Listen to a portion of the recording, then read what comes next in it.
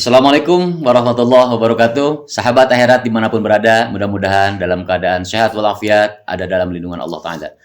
Berjumpa kembali dengan saya, Kang Obay 7 di channel resmi Yayasan Pendidikan Islam, Majelis Dzikir Al-Furqan. Dalam kesempatan kali ini kita lanjutkan pembahasan kita tentang 9 tangga untuk mencapai kepada Allah. Dalam sesi-sesi yang lalu kita telah membahas tentang taubat, sabar, syukur, tawakal, zuhud, kemudian khauf atau takut, dan roja atau berharap. Nah, ini 7 tangga yang sudah kita bahas. Dalam kesempatan kali ini insya Allah kita akan lanjutkan tangga yang ke-8 dan yang ke-9, yaitu ridho dan mahabbah atau cinta. Baik, sahabat akhirat dimanapun berada, apa itu ridho? Ya, kita dituntut di dalam menjalankan kehidupan selama hidup dalam dunia ini, kita harus berusaha untuk senantiasa ridho dalam menerima ketetapan Allah. Hati kita harus terus dilatih. Ingat, Allah adalah zat yang memiliki ketetapan. Allah telah menetapkan segala sesuatu. Setiap sesuatu ada kadarnya. Setiap kadar ada masanya. Ya, jauh sebelum kita diciptakan, jauh sebelum alam ini diciptakan, jauh sebelum kita dilahirkan, Allah telah menuliskan di Lauh Mahfuz apa-apa yang akan Allah ciptakan dan apa-apa yang akan terjadi pada ciptaannya tersebut.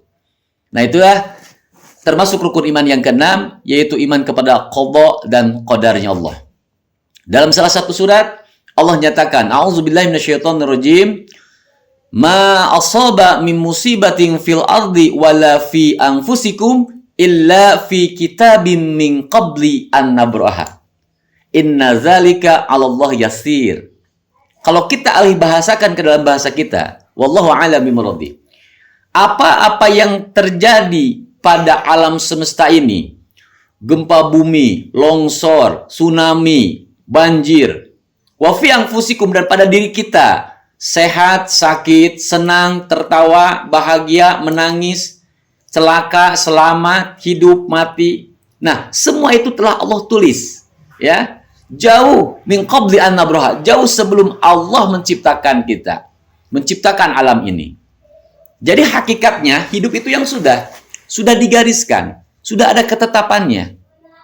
Contoh, di dalam bab rezeki, misal sahabat akhirat itu hari ini Allah tetapkan mendapatkan, misal kita katakanlah berupa materi, mendapatkan uang dalam sehari, hari ini 300.000 di dalam ketetapan Allah.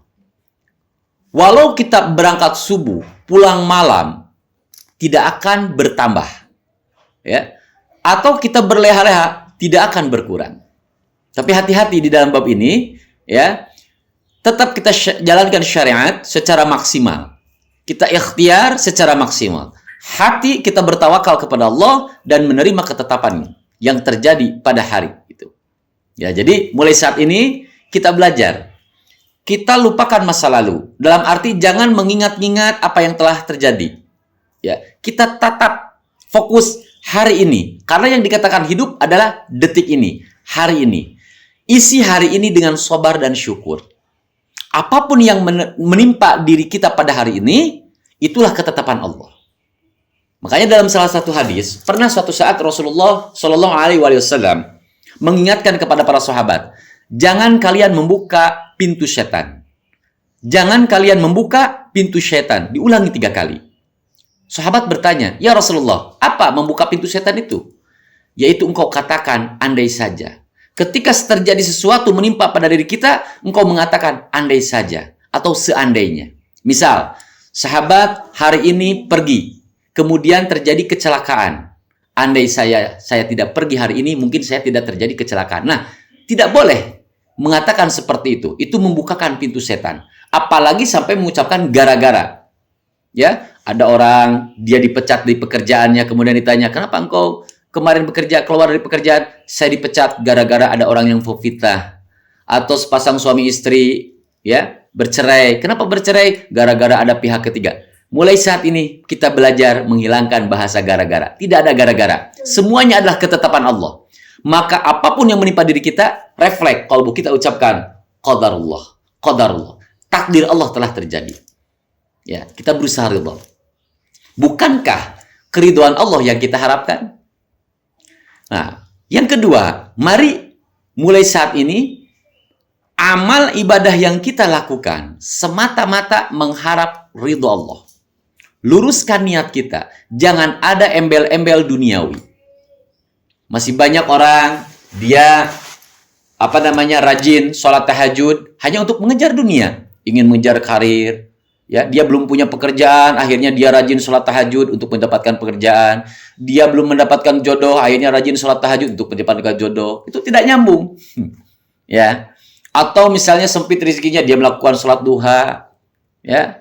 Jadi jangan sampai kita mengerjakan pekerjaan akhirat untuk mendapatkan dunia. Dunia itu Allah kasih kepada siapapun. Karena Allah Ar-Rahman. Jangankan kepada orang yang beriman, kepada orang kafir sekalipun Allah bagikan dunia ini. Yang kita kejar adalah negeri akhirat. Maka mulai saat ini kita tuntun, kita bimbing hati kita. Ketika sebelum kita melakukan amal, bimbing hati kita. Ilahi anta maksudi. Ya Allah, engkaulah tujuanku. Waridhaka matlubi. Dan keridhoanmu yang aku harapkan. Ketika kita sholat kita tujuannya menggapai mardatillah, mengharap ridho Allah. Ketika kita bersedekah, niatkan mengharap ridho Allah. Bukan mengharap timbal balik. Jangan sampai ketika kita bersedekah, mudah-mudahan besok lusa kita yang ditolong orang. Ini salah. Ya. Mindset kita rubah. Ya.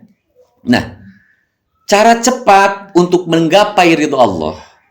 Ya. Karena tadi tujuan kita ibadah untuk mendapatkan ridho Allah.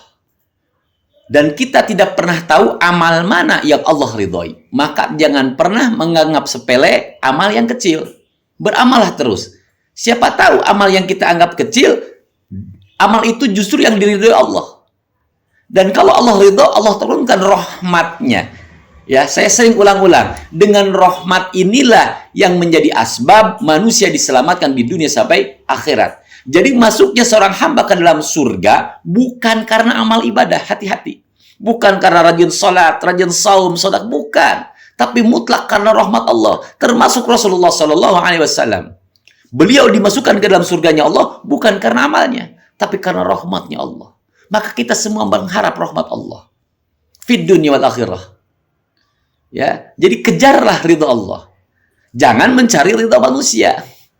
Ya. Terkadang kita ingin dinilai, ya, ingin dihargai apa yang telah kita lakukan oleh manusia. Capek. Nanti kita capek, kita bosan, kita sumpah. Wa kafa billahi syahida, cukup Allah yang menjadi saksi atas apa yang kita lakukan. Nah, bagaimana cara ekspres untuk mendapat ridho Allah? Kita ridho terhadap ketetapan Allah. Satu itu. Apapun yang menimpa diri kita, kita ridho. Kemudian kita terus bimbing kalbu kita. Pagi, petang diajarkan oleh Rasulullah, baca raditu billahi rabba wa bil islami dina wa bi Muhammadin nabiyya wa rasulah. Maka insya Allah Allah ridhoi hari itu. Kita diridhoi hari itu. Kemudian yang kedua, cara cepat untuk mencapai ridho Allah, yaitu buatlah manusia ridho terhadap kita. Contoh, kita menjenguk orang yang sakit. Kalau sahabat akhirat dalam keadaan sakit, tiba-tiba datang sahabat, datang saudara, kerabat, menjenguk kita, apakah kita ridho? Apakah kita senang? Tentu saja.